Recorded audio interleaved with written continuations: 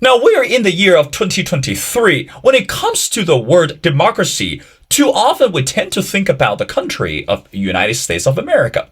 Mainly, we believe this democratic system has been so long preserved and well protected. Of course, today, that it's rather debatable. Mainly, we believe that whatever happened in America and shall be repeated somewhere else, especially regarding the word democracy and let alone the word elections. Now, get this. In this episode, we can talk about another country rather than the nation of Brazil. Brazilian Supreme Court authorized an investigation into former President Bolsonaro lately, with prosecutors accusing the right-wing leader of inciting the riot by repeatedly claiming the election he lost to the current president, which is Lula, recently. Now, Bolsonaro has condemned the behavior, but he continued to post unfounded election fraud claims. How about this person? And how should we understand Bolsonaro today, even though he's no longer the president of the country? And get this. Some people believe, especially the evangelical communities, they believe that Bolsonaro is supposed to be a messiah for the country of Brazil. Well, ladies and gentlemen, I can't find a better person who can share with us more in details rather than you know his name, Dr. Marcus de Freitas.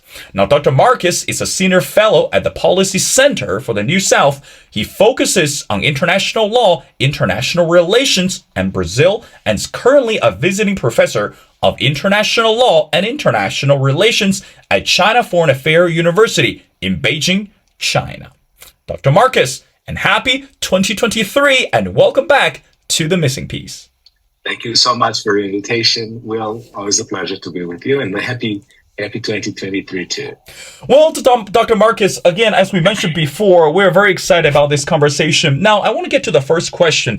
As we mentioned in the intro, lately that we have seen throughout the media that Brazilians, or should we say, believers of the Bolsonaros that storm into the Capitol, again, to get this righteousness from this answer belief that Lula, the current president, actually stole the last election. So in other words, those people who stormed into the Capitol didn't believe the election was fair. Now, given the fact we have seen the footage and we've seen the media exposure one after another, and we can't help ask the question, was the election fair enough? Or was the election really rigged by someone else, and so that Bolsonaro lost and Lula was able to win? What do you think? Well, Will, this is a very complicated question to answer, because there are some things that are up in the air that never really got solved, right? Any equipment or any technology that you develop, no matter what the technology is, there will be some flaw, right? There is no technology ever created by man that is completely flawless. And one of the things that the Brazilian Supreme Court and the Brazilian Electoral Court have been affirming is that the Brazilian electoral system is perfect, flawless, and it has no possibilities of being, manipulated with. And historically, there have always been some doubt about the, how pristine the system is in that sense. And one of the things that Bolsonaro did was to raise the flag that, the Brazilian electoral system had some flaws that had to be fixed.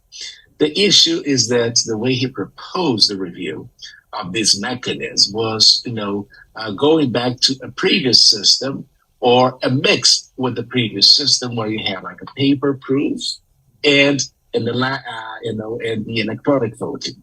Now, what is the problem and what is the challenge is that, this has been approved by the Brazilian Congress for years, but the Brazilian Supreme Court has somehow always postponed this process. And the challenge is this, the conflict that we have in Brazil is that according to the drawings, historical drawings of Montesquieu, we have three powers in the Republic. You have the executive power, the legislative power, and the judicial power. That's right. right? The problem is that the judiciary power in Brazil has grown in too much power and strength. And why is that? Well, because the Brazilian executive power had a huge corruption problem during the Lula years. That's why he was in prison. And also the legislative power has also had major issues with corruption. So the only one that kind of escaped the situation was the judicial power. And because of that, they have ascertained or they have gathered too much power.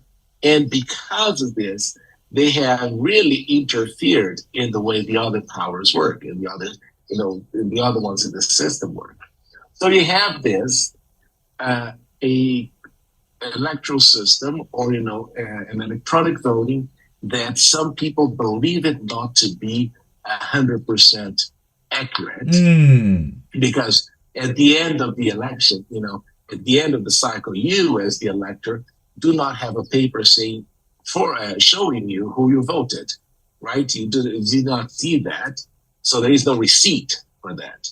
Second, you have a judicial power that has gathered more strength and more responsibilities and more, power than it was supposed to have, because none of the Supreme Court judges in Brazil are ever elected by the people.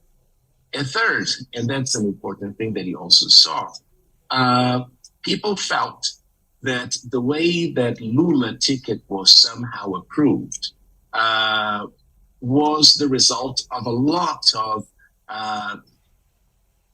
court, some ways of circumventing the law. And because Lula and Dilma appointed 8 members of the Brazilian Supreme Court, so there was a sense that all their judgments were not fair and they were kind of biased. So all of this lead to a situation you have one candidate who gets elected with a margin of 1.5, 1.6% difference. And the guy, even though he's tried and all that, he will never leave the fact that, he's tainted with the corruption scandal that took place during the car wash operations in Brazil. So that is the challenge that you see in this whole thing. So, and that's why there is a claim, there is a feeling by certain part of the population that Lula may have been elected, but all these things that I've been telling you do not make him a legitimate holder or a legitimate president. And that's why you have this country so polarized and so divided. And the issue is this, this is the time when you would need a president like, Nelson Mandela in Africa that came to reconcile people. But Lula is no Mandela, and neither is Bolsonaro. So that's the challenge that the country faces. And, the World Economic Forum has just released a report saying that one of the great concerns that we have in the coming years is this political polarization that really is not going to be good for the countries and the economies. Dr. Marcus, again, I really appreciate the words that you use. It's called a political polarization. Because again, as we mentioned before, when we see the words political polarization, and again, to be fair, it's actually taking place in every single country that previously that we've been discussing. For example, we'll look at America, and we're looking at the country of France, and we're looking at the country of United Kingdom. Of course, Brazil is the center of the topic today. Now, I want to bring Bolsonaro into this conversation again.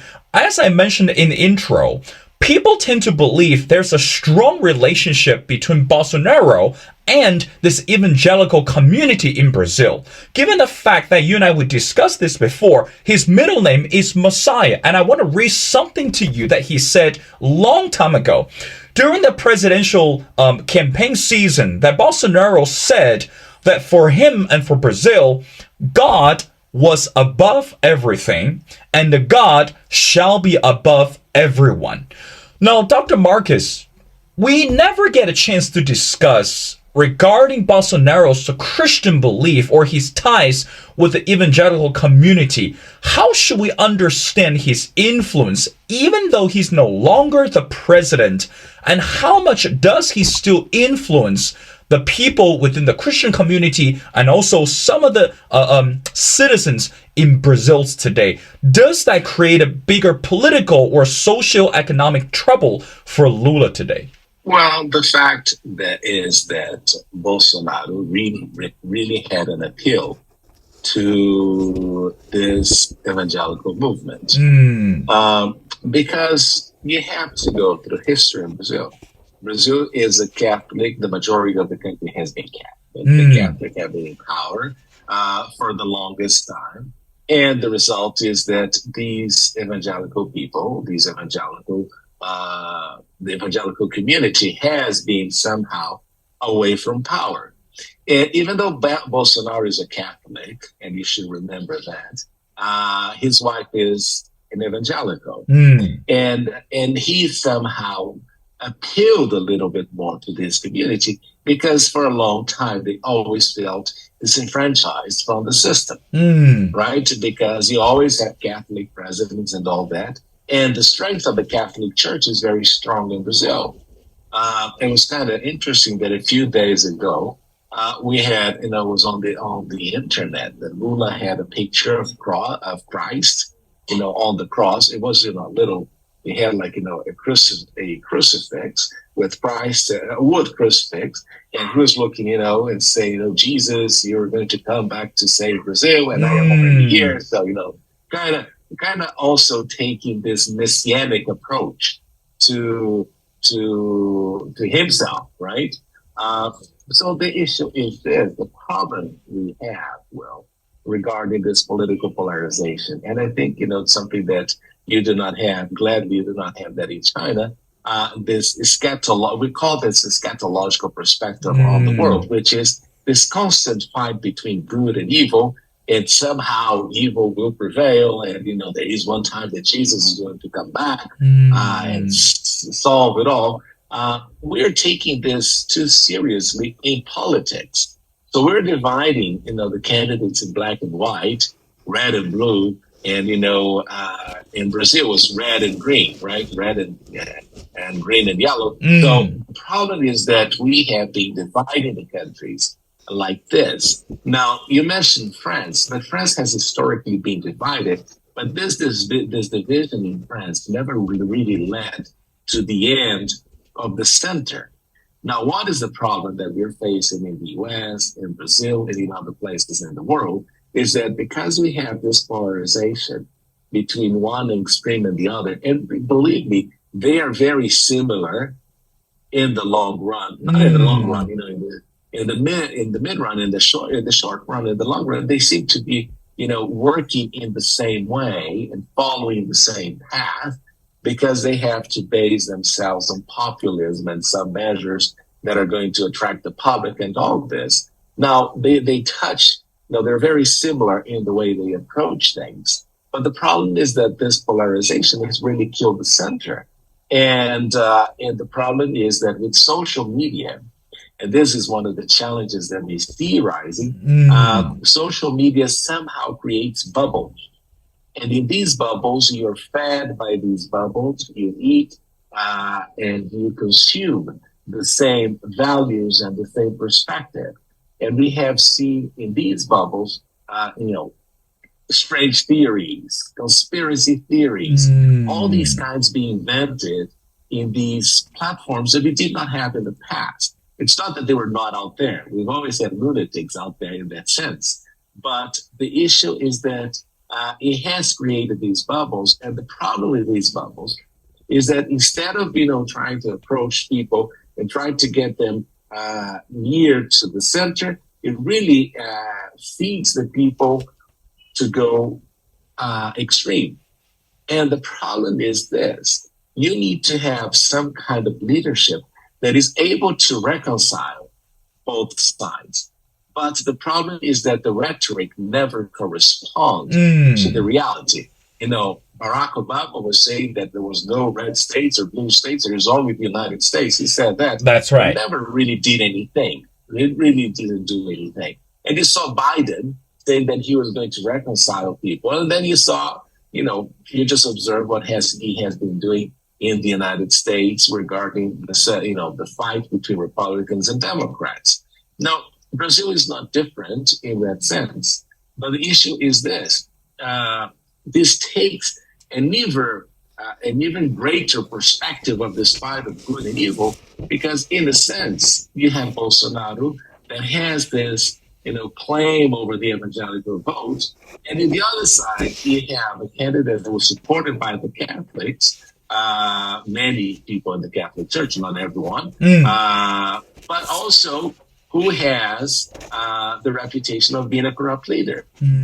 So it kind of allows people to manipulate the idea that there is a fight between good and evil, right?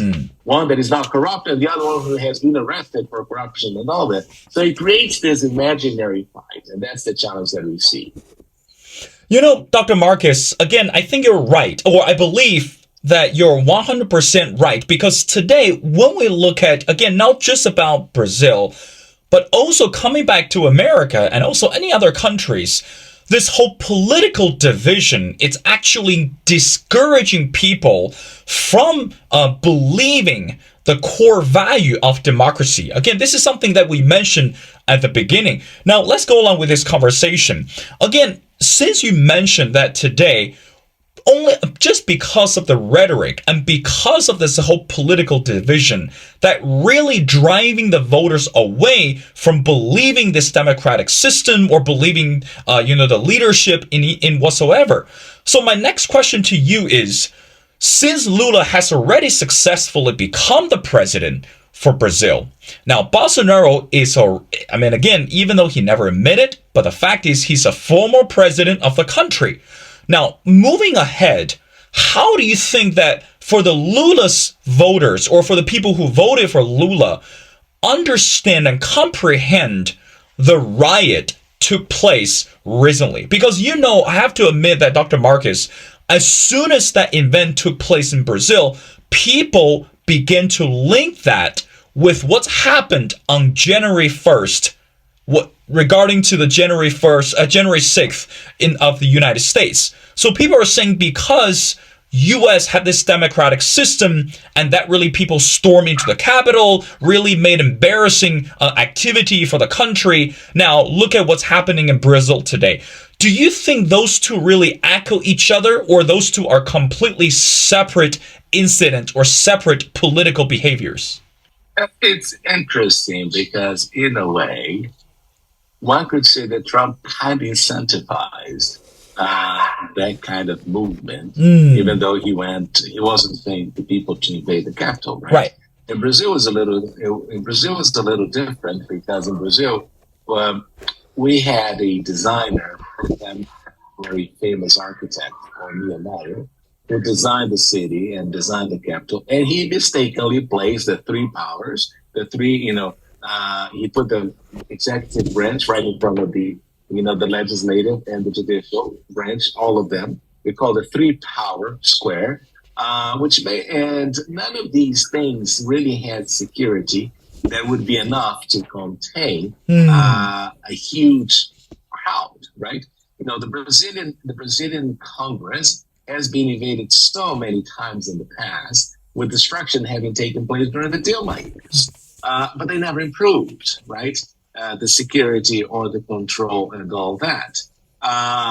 So what you saw is that I always say this, and the reason why they designed this in the 60s is that because, when they designed the city, they basically thought that people would never go there for political manifestations. Let me just give you a very interesting anecdote about this. When the Brazilian president, because they were moving the capital from Rio de Janeiro, which is a beach town, to the countryside, they said, we're going to develop the inner countryside and all that. But there is an attempt, in a way, to keep power distant from the people. And when they started building this city, Brasilia, there were no roads or anything. It was one of the most expensive cities ever, planned and built in the world. And there's a very famous anecdote. The Indian government gave the Brazilian the Brazilian government, they were going to build a zoo in Brasilia. So they gave an elephant as a gift to the new Brazilian zoo.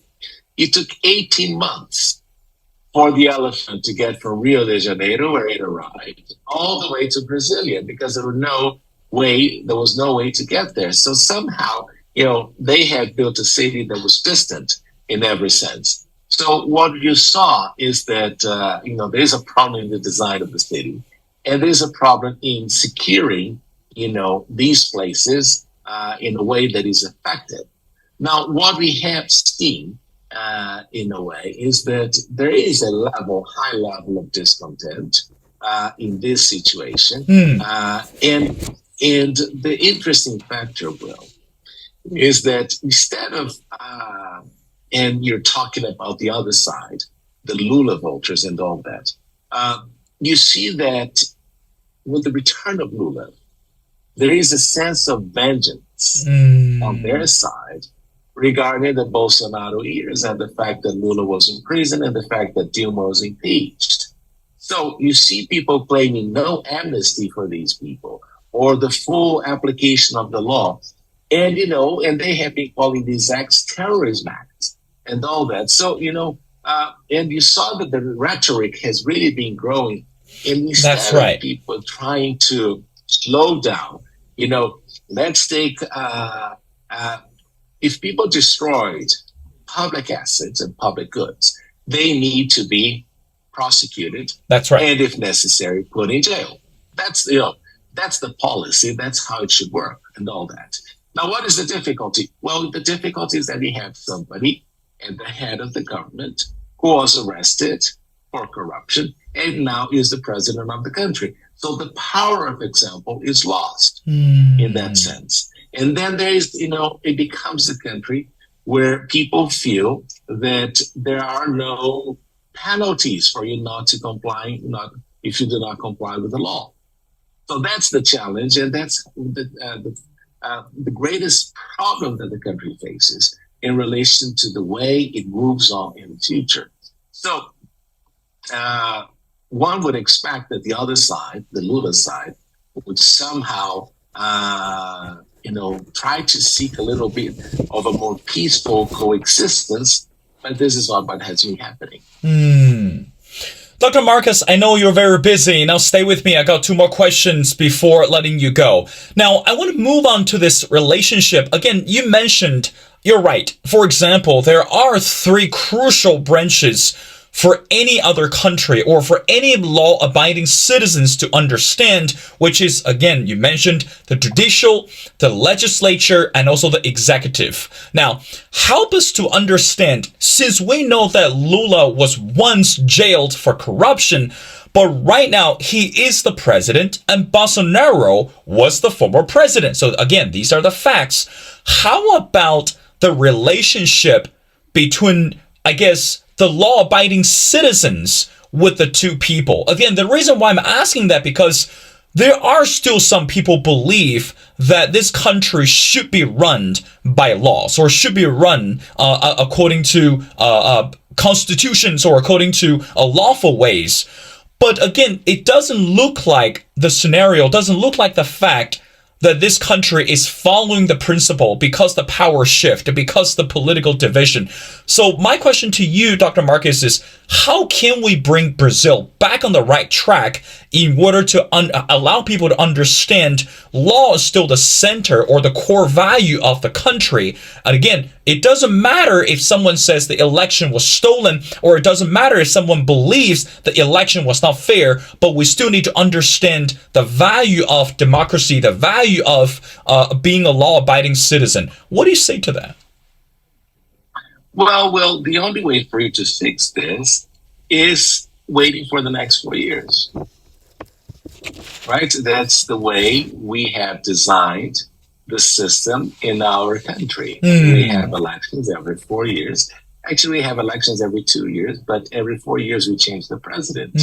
So it's a challenging situation to see what is going on. And it's a challenging situation to observe the things that are taking place. But we have electoral cycles and we have to wait in a sense. And, if the Bolsonaro people are not happy with the result, wait for another 4 years. Well, if the president does anything that is wrong somehow, he can always get impeached, right? Mm. That is something we have this mechanism established in the Constitution. When you see a situation like that, you can always impeach the president. There are no challenges in that sense. You can do that. So you can either impeach the president or wait for the next electoral cycle. Now, what is the challenge that we see and what is the greatest problem that we observe is that in democracies, and this is the greatest challenge we face, is that democracies are not delivering the effective results that people would expect in order to improve their welfare. That's the challenge. I always say that, this click, this tic-tac that we see in democracies every 4 years also has not allowed us to have long-term perspectives on anything that we see. It becomes a very short-term vision of government, of policies and all that. One group trying to erase the results of the other group. That's something that we also observe. And one of the greatest challenges that we see in democracies nowadays, Will, is what I always call buyer's remorse. When you go to a store and you buy a product, you leave the store and sometimes you think, why did I buy this? Right? Why did I choose That's this right. thing? I do not really that. And the problem is that in our Western system, we're facing this because we're not electing people based on merit. We're electing people based on charisma or, a policy that they defend or anything like that, but not really something that is going to change or improve the welfare of the people. So you have this buyer's remorse, and then you elect, and the following day you already regret on what you did. So I think that this is something that we need to think about ways in which we could perfect democracy so that the people who are running the country are more qualified and the people who are running the country have a commitment to really improve the country on the welfare of the people. Now, this is not something that we observe, and that's the greatest challenge that we face nowadays. Well done, Marcus. Again, since you mentioned the word policy and also you mentioned the credibility of the social issues, so I want to end our conversation by asking you one more question.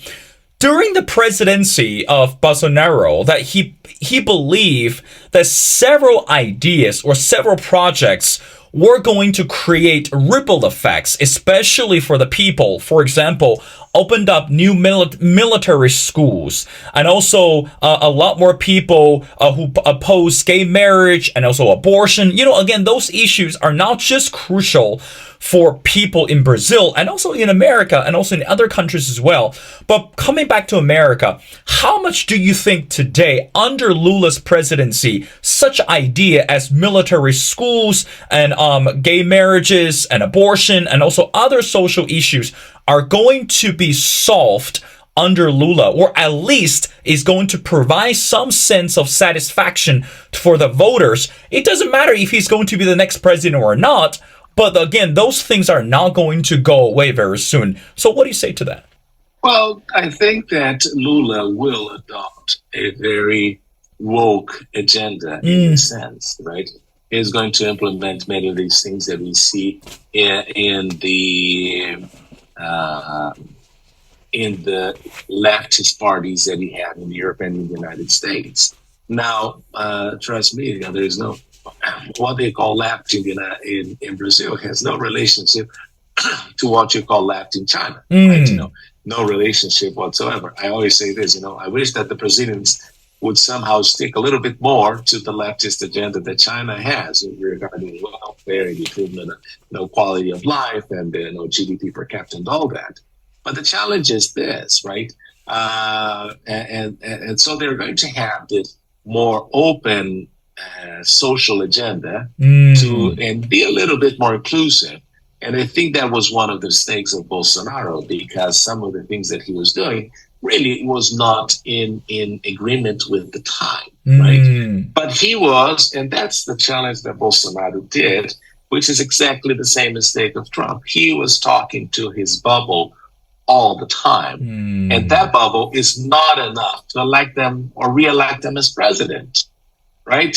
So you need to, in a way, you need to widen the tent to bring more people in. And you have to accept that, our societies are more diverse than ever. And we need to accept that our societies are diverse, and we need to include as many people as possible under the tent and under this roof. And the challenge is that none of these guys have been doing that. So what you're going to see is that Lula is somehow going to do away with many of the policies that Bolsonaro did. And then we have to wait for the next electoral cycle and see what the other guy comes and does. What is the problem is that there is no long-term perspective on anything. Mm. And you cannot build a country and ensure that a country works effectively if every 4 years you're changing all the policies. You're not going to go anywhere. That's right. You keep reinventing the wheel. And this is not really going to be, this is not healthy for societies. So, and in order to do this, right, I always say this, it's not only a matter of getting new people in place, but, having people in place who understand that the institutions are bigger than themselves, that the presidency of the country is more important than the person that occupies that seat. All right.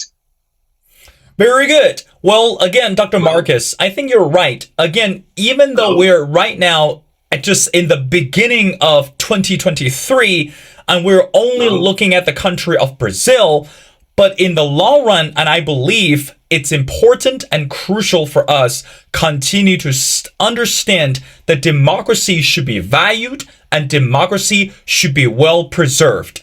Well, ladies and gentlemen, it's my great honor to speak to Dr. Marcus de Freitas. Now, Dr. Marcus is a senior fellow at the Policy Center for the New South and focusing on international law and international relations in Brazil. And he's currently a visiting professor of international law and international relations at China Foreign Affairs University in Beijing, China. Well, Dr. Marcus, again, happy 2023, and thank you so much for doing this.